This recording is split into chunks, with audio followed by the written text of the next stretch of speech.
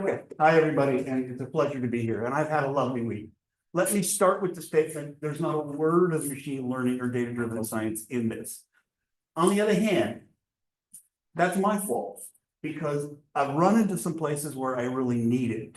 And so I'm gonna walk you right up to that door and then go, huh? I don't know what to do. So Nathan and several others here, we've had some great conversations about trying to open that door. And I hope to set in this talk a context for why I care about some of those things. So let me begin. This is called the mathematics of interfaces and making stuff.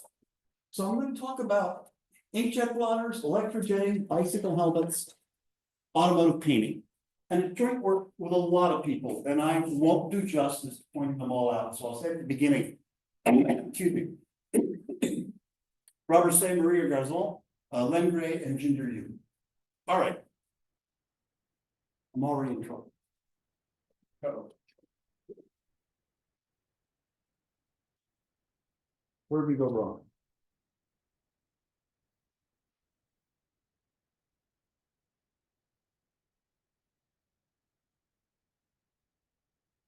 Okay.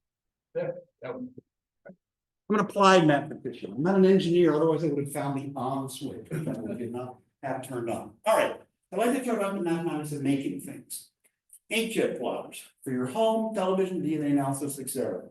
Controlling droplets for your leaky faucet, but also for electrospinning and welding. Liquid and solid industrial foams, mixing things, making things, bicycle helmets, etc. Connecting them all, spray painting the automotive industry.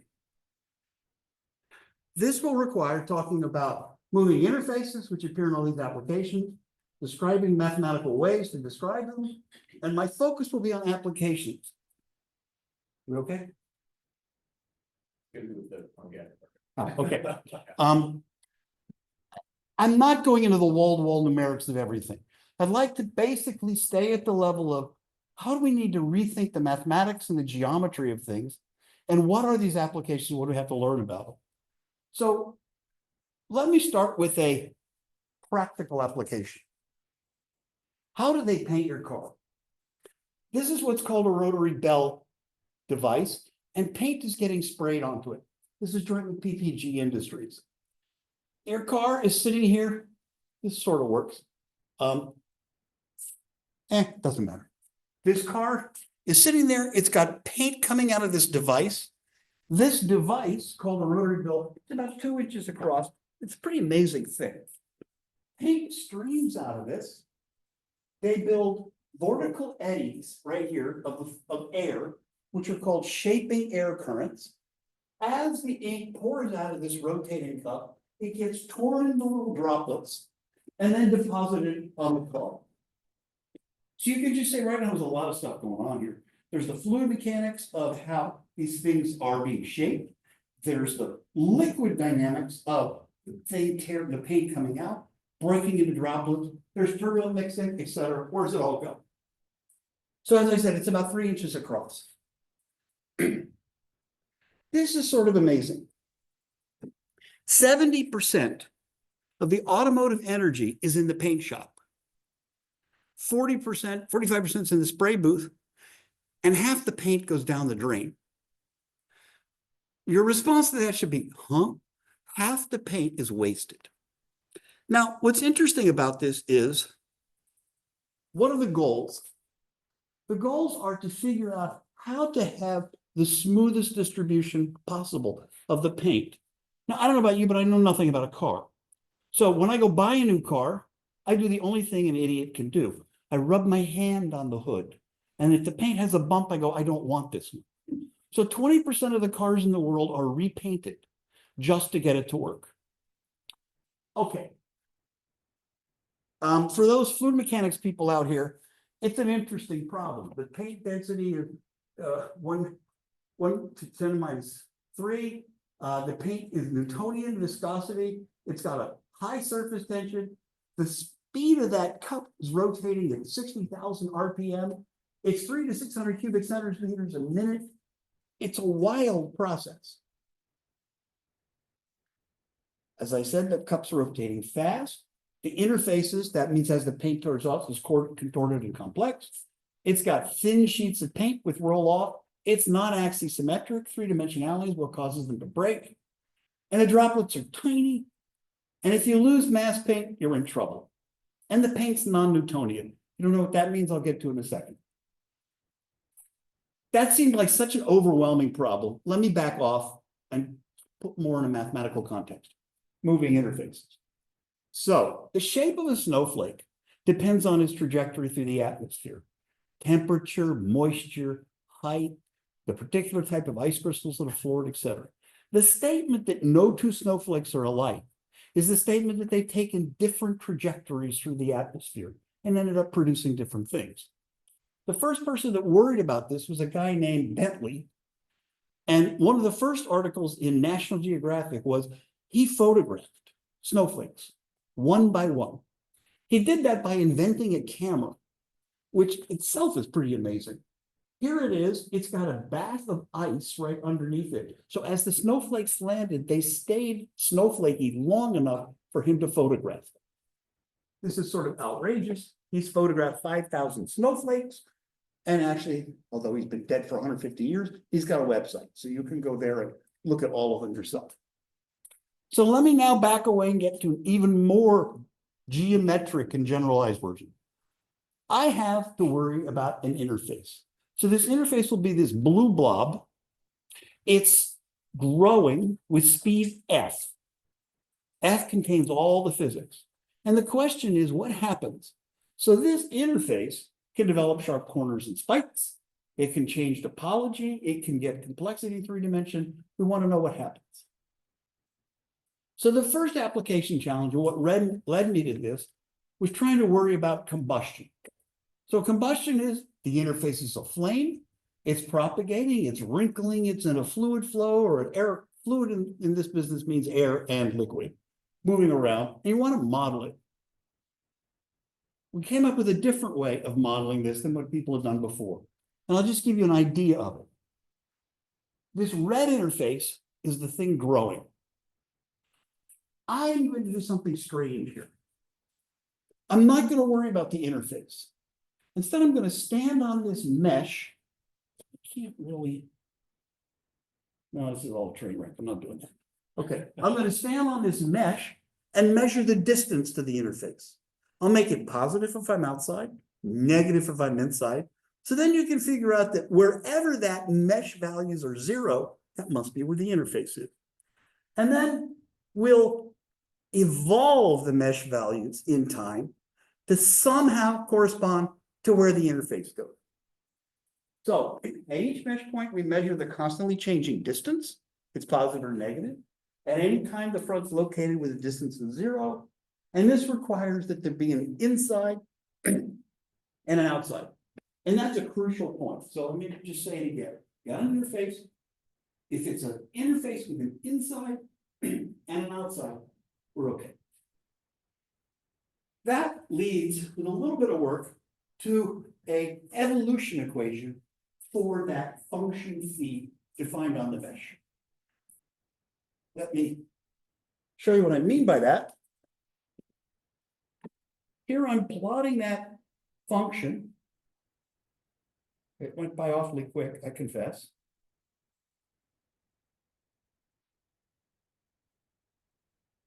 So the red is where it's 0, that function, and the rest is moving up and down. This is called a level set method. It's joint work with Stan Osher from UCLA. And it's got, I'll have to remember to do this. It handles topological change. Why? Because the 0 level set has no idea where it is. It doesn't mind if it joins or splits or things like that.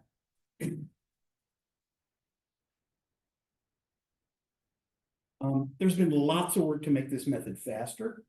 And I'll simply say it's been used in a whole host of applications: combustion, image processing, fluid mechanics, etc.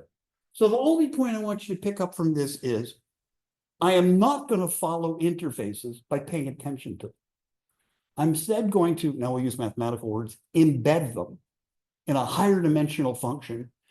And solving that function's evolution is always going to tell me where the interface was. Now you should have a complaint. Great. You said it was moving with speed F. Where does F come from? And that answer is it's the entire rest of this talk. Building F for different applications. So let me start. Inkjet plotters and two-phase flow.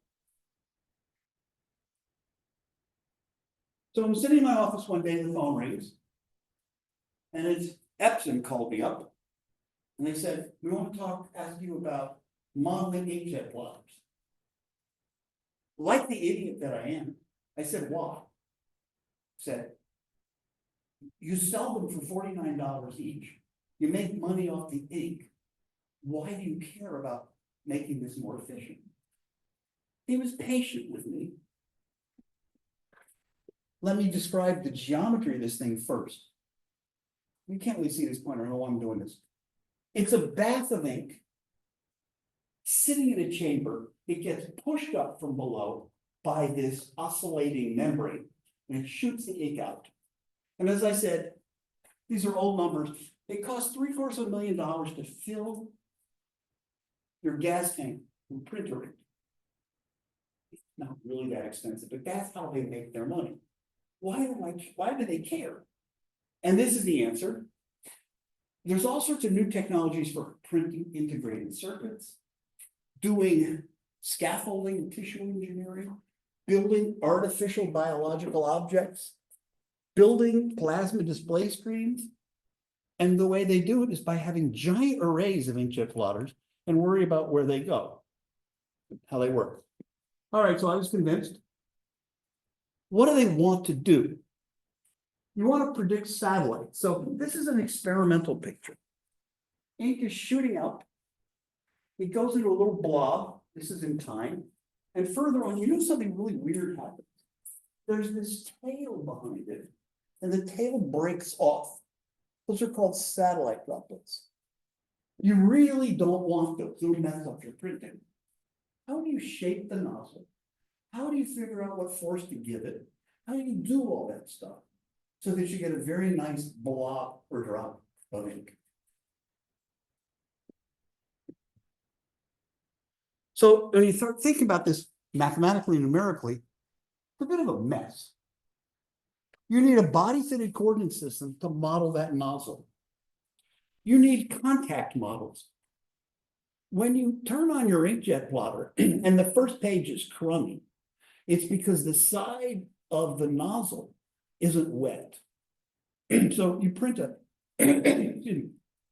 practice page just to get it all nice and gooey so everything works. So we've got to build a coupled level set. Why is it level set? Because I want the interface between the ink and the air to figure out where it goes. It's a viscoelastic flow. If you don't know what viscoelastic means, most fluids are Newtonian. You kick them and they respond. Viscoelastic has sort of a memory. Think of shampoo, or a little droplet of shampoo just kind of seems to know where it's going and have some history and all the rest. That's the beginning of viscoelasticity. All right. For the fluid mechanics people, I know you're one of them here. All right. It's a coupled level set fluid projection method. It's an upwind scheme for convection. It's an axisymmetric formulation. It's Newtonian for air. Air is always nice. And it's non-nice, viscoelastic, for the ink. If you really want to, sorry, and there's one more thing I want to say to you. I'm describing a problem in which the boundary between air and ink asks surface tension for the problem. How does this work? Well, I've got to deal, I'm on a background mesh, and I'm going to solve things.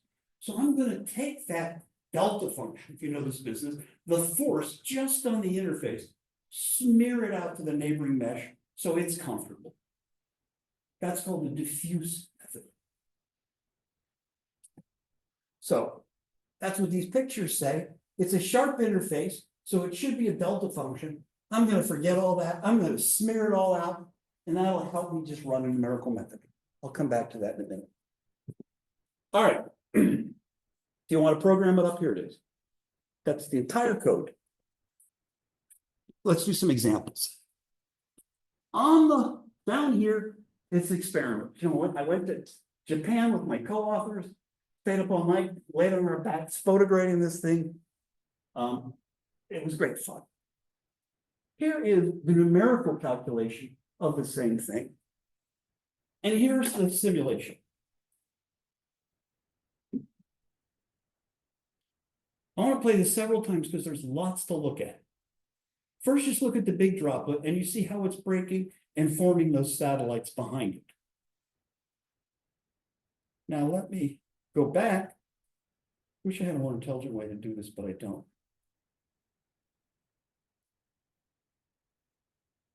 Now I want you to focus on the well down here.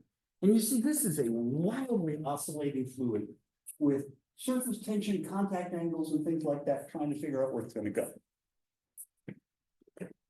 So this is now used by Epson to model things and try to figure out how to optimally design them. Now let me add. What else? Oh, well. You're not getting kicked out. Don't worry. Right. More than 10 more minutes. So now let me turn on this viscoelasticity. Here's the calculation you just saw. Here's a little more viscoelasticity. Here's a little more viscoelasticity. And I always refer to this as the saddest, most depressing calculation I've ever done.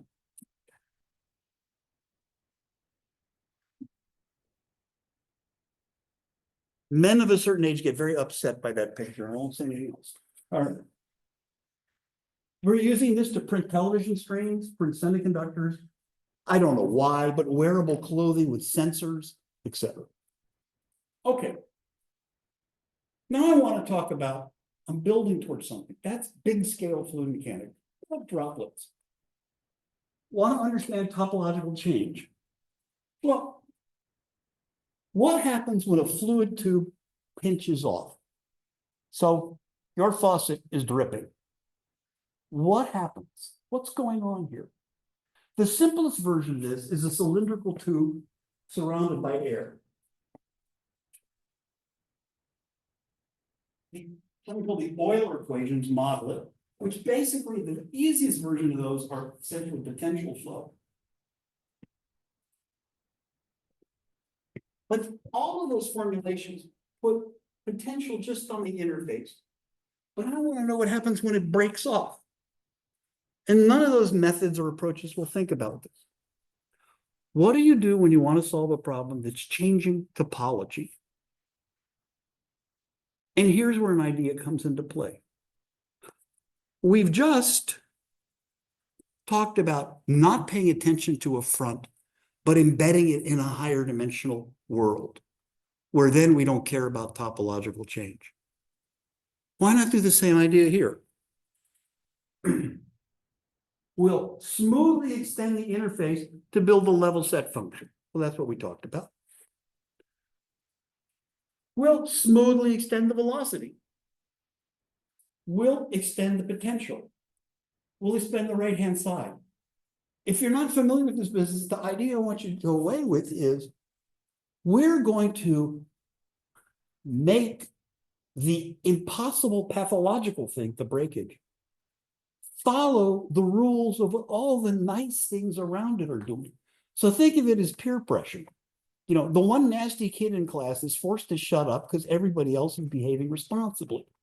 All the other interfaces are being so nice and reasonable that they will allow us to figure out what happens when topological change happens. So here's an example. This is a computed solution of the breakage of a droplet. It's breaking into pieces, and this is a nutty looking picture. You see that it's got these ripples and waves in them. You see that it's got these little jets that shoot back and forth. When you're in this business and you get a picture, you get an answer that looks like this, your first emotion is wow. And your second emotion is there any way this is right? Can you possibly convince anybody except your mother that what you're doing is not junk? Yeah. First of all, You do all the things you're supposed to do in this business. You resolve the mesh, space, and time, you cut it all up, you get the same thing. Second, there are theoretical studies of when this thing breaks. And pinch off values of what's the self-similar or timescale notion of when the thing should break, what its shape should be, what its angle should be, etc. All those experiments, oh, it's masking, show that it's 2/3. All I can tell you, it's right under this, you are screen sharing, we get 0.667. Okay? But it's better if you look for experiment. So this is a guy named Thorodson that painstakingly did physical experiments in movies of this. And look at it. The same rotational structure, the same breaking off, and these little jets. So let me show you that.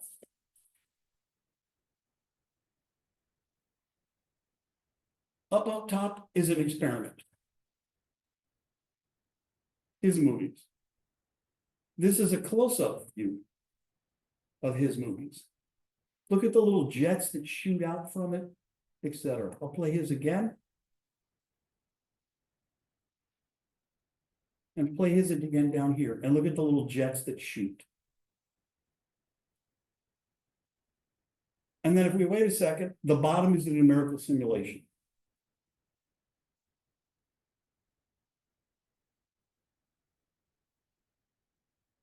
It breaks. You get capillary waves, those perfectly asymmetric objects, symmetrical objects that go around. You get little jets that shoot in between them, etc. So we have some confidence here. Okay. Now, you remember I told you that half the paint goes down the drain? They've started to conquer this problem by electrically charging the droplets and then other charging the car where it goes.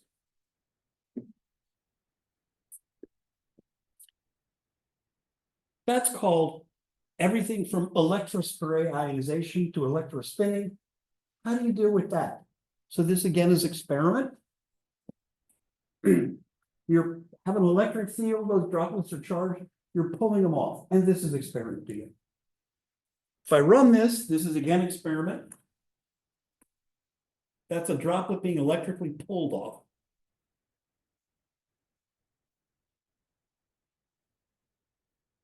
And that big droplet follows. I hope you looked at that carefully. You see that little spray that comes off first? I won't get that. I'm just happy we can get the big droplet. We do the same thing. I'm not going to spend too much time on this. We do even this embedding trick over and over. And here's the numerical experiment.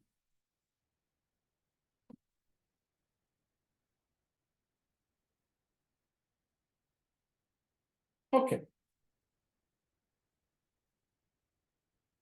That's part one of this talk. Part two. The next challenge. I told you that I made a big deal about there was an inside and an outside, right? This won't work when you have an outside, an inside, and something else. Because remember we talked about you measure negative if you're inside, positive if you're outside, 0 if you're on. Well, what do we do here? Of course, this occurs everywhere. For example, grain metal boundary, root structures, acinar cells, soap films, foamy fluids. Those are all triple junctions, more complicated, etc. This whole level set business won't work. So we got to come up with a whole new technique. So that's part two of this talk. Why are these problems challenging? Well, interfaces advanced based on geometry and physics. And if you just think about minimizing energy, suppose you start with this configuration on the left. You know it's going to try to open up and everybody gets 120 degrees, and that just like feels right. One way to think about minimizing energy is flow under curvature. Think of it as a heat equation, just smooths things out. What could flow under curvature mean in this case? Each leg has 0 curvature, It's undefined at the center. So for decades, people have called this curvature flow, even though it makes no sense at all. What do you do? So we need a numerical method that handles this multi-phase. Multi-phase means there's more than just two things. Multi-physics, it's interacting. And this is joint work with Rob Say, the Voronoi implicit interface method. Let me give you an idea of how this method works. So you may know what a Voronoi diagram is. If I have two dots, and I want to know the line that separates who's on one side versus who's on the other, that's a straight line. If I gave you 3 dots, the Voronoi diagram is this triple junction thing, dividing up turf. 4 dots would look like that. Now, there's nothing about that construction. Well, sorry, let me back up a bit. Building Voronoi diagrams is typically done through computations with algebraic technique. However, you could do it in a somewhat more contorted way. You could solve the iconal equation. So the iconal equation in its simplest form says find the distance from any point x to the boundary. That means find the length of the gradient equals 1. So the Voronoi sets are points that all trace back to the same node. What's appealing about this view is, you see that blue initial set on the left and the blue initial set on the right? The Voronoi diagram for that is the thin line in between. I'm going to exploit this idea to build a numerical method that'll allow me to solve moving interfaces. Here it goes. There's an initial interface, and I hope I convinced you that it's not as smooth as it could be. It's got to open up. Instead, I'll build the unsigned distance function from it. That means I'm going to take the set of all points. Every point in those red lines is the same distance away from the interface. No positive and negative, I just good old-fashioned distance. And now I'm going to run them under a level set. The same idea. At the triple junction, that's the pathology, that's the complicated space. Away from it, everybody's nice. I'll just let the nice people do what they're supposed to do. All the nice people have an inside and an out. Only the difficult one doesn't. Run that. And then do a Voronoi reconstruction. And notice now it's opened up much more. It's gone to the right place. That's the numerical method. More mathematically describing what happens, it relies on neighboring level sets, which exist in a single phase to allow reconstruction of the pathological thing that I really care about. I won't do the mathematical explanation, but basically, I actually think this is the way to think about triple junction structure. Basically, it's a combination evolution equation, half of which is PDE and half of which is computational geometry. All right, let's use it. You all know paper, scissors, stone? Right, rock, paper, scissors, whatever. This is a version of this in which green grows into blue, blue goes into white, the background is a thing, and white grows into green. In 2 dimensions, that's the thing it looks like. In 3 dimensions, it's this. Let's run it. So I'm on a mesh in 3 dimensions. I'm not paying any attention to where these interfaces are, but I'm doing an entire 3-phase evolution problem according to those laws. Let's make life harder.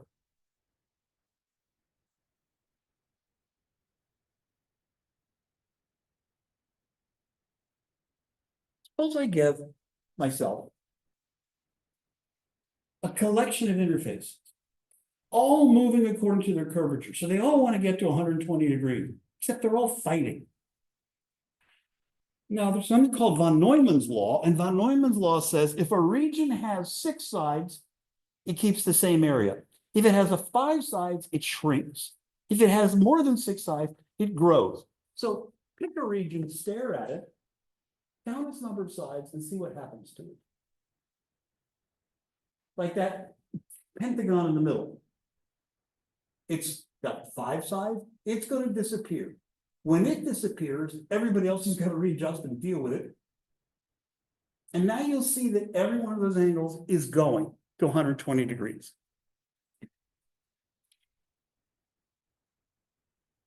I'll run it once more because there's so much to think about as what's going on here. Again, I'm not looking at any one of these interfaces. I'm solving on a background mesh. I think it's 128 by 128. It's constantly changing topology. How do I know this is right? Because von Neumann's law tells you exactly how the area changes as a function of time. And I can plot that and show it to you, and they are exactly on top of each other. Okay.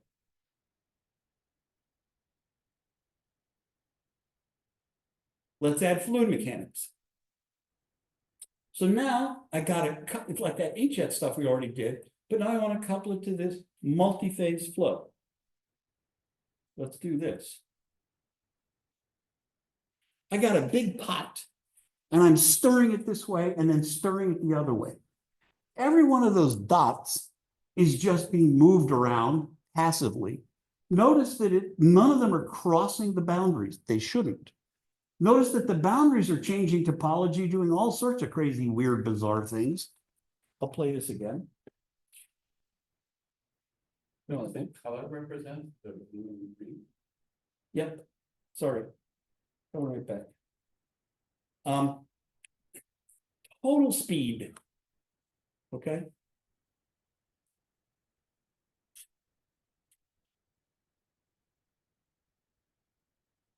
So this is a reasonably complicated flow. But let's make it more complicated. Let's add density to it. And watch how multi-phase, multi-density fluids interact and move. Okay. Let's do an application of this. Foams. So there's a soap bubble. And foams are sort of fascinating objects. They're multiple orders of magnitude. So a physical foam, so that boundary here is called the lamella. It's got fluid in it that's draining. There's air on the inside, air on the outside. The lamella is 10 nanometers thick. The plateau junction, that's where these things are all connected together, and they have thickness of 0.05. But the bubble can be multiple centimeters. This is 7 orders of magnitude in space. On the other hand, let's think about time. The lamella drains. It takes hundreds of seconds. Go home tonight and take a bubble bath, or at least fill your sink full of liquid soap. You'll stare at it, looks like nothing's happened. That's not true. It's taking hundreds of seconds for the fluid to drain. And then once it drains, it pops. It pops essentially instantaneously fast. And then the thing readjusts itself to get in that macroscopic equilibrium, just like we saw in the crystal growth problem. And it repeats itself.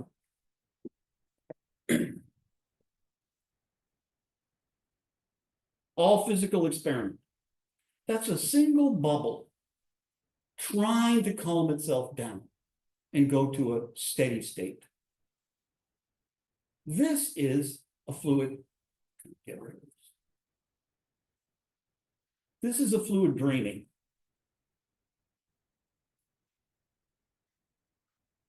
As this thing drains, you'll see that you get thinner and thinner layers, which then change colors. Why? Well, you know what this is like. You look at an oil slick on a sunny day, and you see different colors because the thickness tells you how much is reflected. And then, of course, it's getting darker and darker. Eventually, it gets black and pops. This is a bubble landing on a nail. I want to think of those as three phases to solve for the fluids problem. Now, we've already done a numerical simulation of the big bubbles. That was the density I just showed you, et cetera, things like that. We're going to let it equilibrate itself. That's curvature flow. And then we're going to drain it. We'll drain it by following a finite element method laid on the lamella surfaces, discontinuous Galerkin method with unstructured meshes, et cetera. And then it's going to pop when it's too thin. What's more amazing is since we know how thick it is, we can even show you the color of light reflected by it. So this is a little bizarre. We went to the beach, took a photograph of the sun setting, put it on the inside of a sphere, and sat in the sphere looking at how that sunset reflected off a bubble. And that's this. This is all a simulation. You're seeing the sunset in the various different bubbles. You see the 120 degrees. At some point they drain, they pop. Then they got to readjust themselves. They got to drain and pop, readjust themselves, etc. This took 1 solid week of supercomputer time to calculate and 2 weeks to make the movie, which means you're in this bizarre business of printing out numbers to figure out whether or not you should make a movie. It's like the exact opposite of what all visualization is about. Visualization is supposed to be telling you whether you're right. No, I don't dare do the visualization until I already know it's right. Strange world. Yes, I stupidly did not run this all the way to the end, but you'll see it, and you see that that sunset's getting reflected in fewer and fewer bubbles as they pop and rearrange themselves. Okay. Let me return as soon as this is over. You know, you get the drift. To inkjet blockers, sorry, to rotary bells. I got to deal with the fact that that rotary bell is a curved surface in a rotating reference frame. Sharp interface physics, hybrid solvers, get it all to work. I put in blue what I'm going to talk about for a second. This is hopeless on a conventional supercomputer. I need to develop high performance, highly parallel codes on advanced architectures. And now you're going to see why I'm opening the door to data-driven science. Let's almost get there. I got that sharp interface, and I told you I smeared it out. I can't do this. Those sheets are too tiny. Those bubbles are too small. How am I going to figure out any of this stuff? So I solved the two-phase incompressible flow with the discrete Galerkin method, discontinuous Galerkin method. I use a level set function to track all the various bubbles, and then on the fly connect the discontinuous Galerkin method. So just to give you a hint, I'm starting with a bunch of background cells, finding the interface, hacking up even smaller cells right there, just long enough to do the calculation so I get sharp interface physics and go forward. The next crisis. Those bubbles get really tiny. I don't know what to do. So that means a uniform grid, which means you lay a grid down and you just make them all the same size. And you do the calculation. This is hopeless. So you got to now do an adaptive mesh. Oh. We divide the cells into smaller and smaller subcells.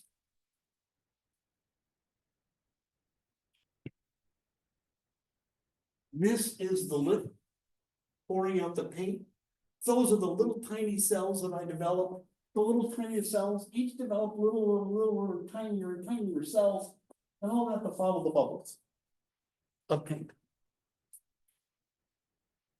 The next crisis. It takes forever.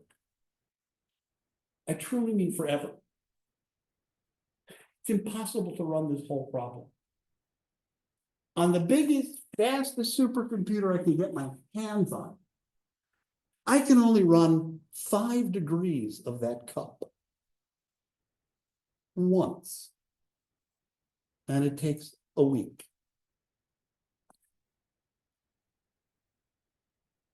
Oh, we did everything you would want us to do, massively parallel implementation, etc. Huh. Why do I think this might be right?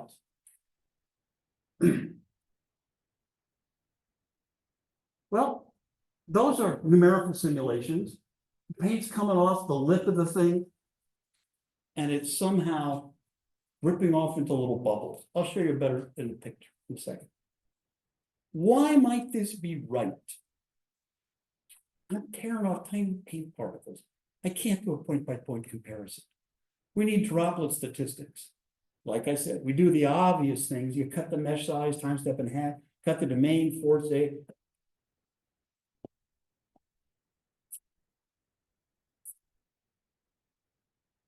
So let's take a look.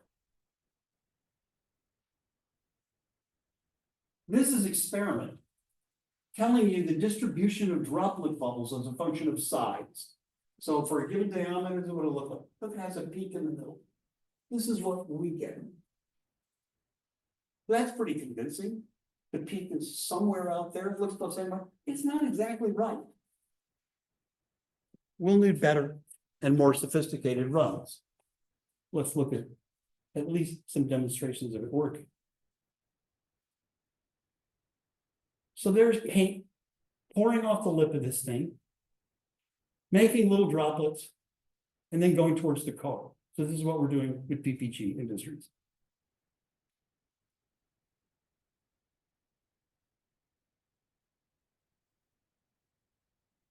And another run. Takes a second for this thing to load. Paint ripping off, coming to it.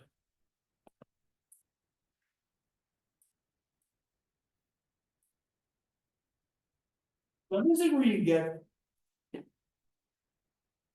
the craziness of working with real companies that don't want to hear your complaints. I said, this is fantastic. What we want is a version that runs on a laptop. So we can do parameter stuff with that. Yeah. This is not going to run on a laptop. Hence, can I do enough runs to build a surrogate model so I have some idea of what could happen when we change the physical parameters? Hence why I'm here. Is that a clear enough statement? I'm never going to stop running complicated things like this. And they're not going to give me 40 years to fill out their parameters. Okay.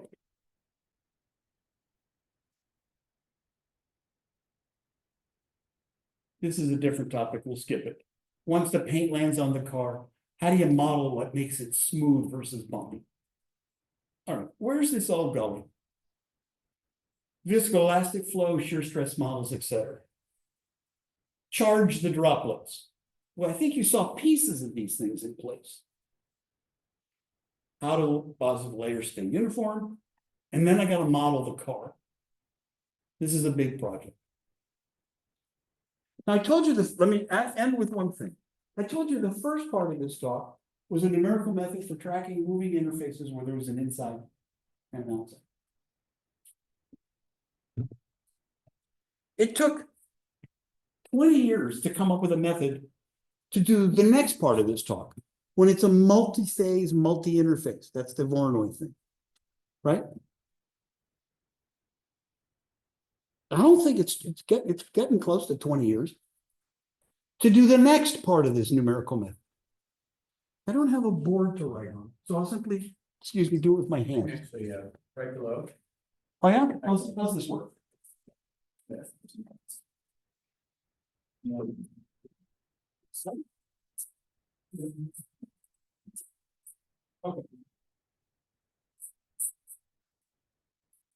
We had an interface, and when it moves to a new position. I can think of that as computing the first arrival. When does it reach here? Okay. And then so that was the first method. The second method was the same question, but when I had a multi-phase, multi-interface object, when does it reach here?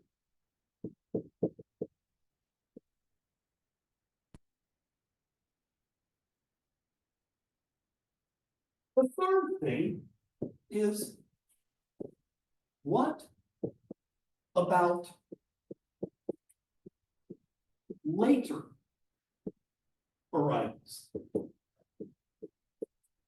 So now I have an interface, it's growing, but there's an obstacle here. So it could get here in a certain amount of time. Maybe a better version is growing. But it might get here also, but later. This appears everywhere in seismic imaging,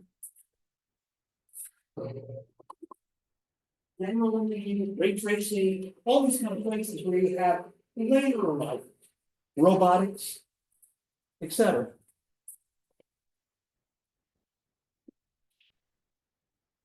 So far, I've been talking about those first arrivals.